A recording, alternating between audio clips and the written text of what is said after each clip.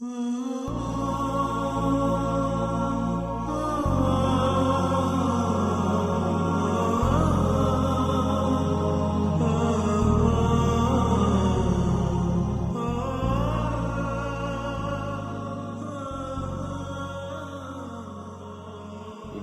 الله الرحمن الرحيم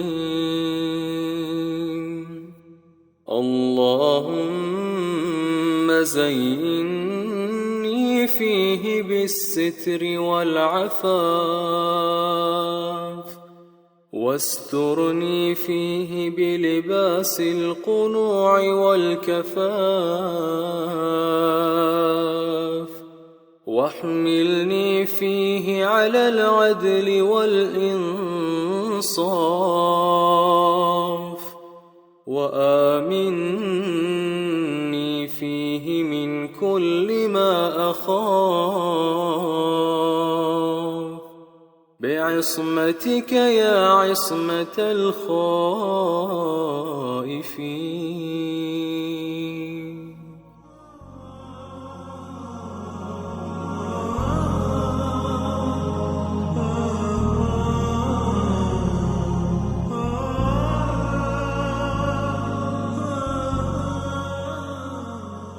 ای خدا،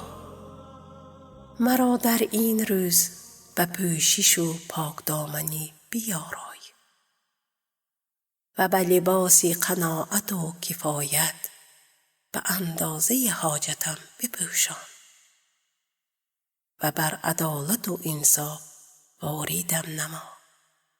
و مرا در این ماه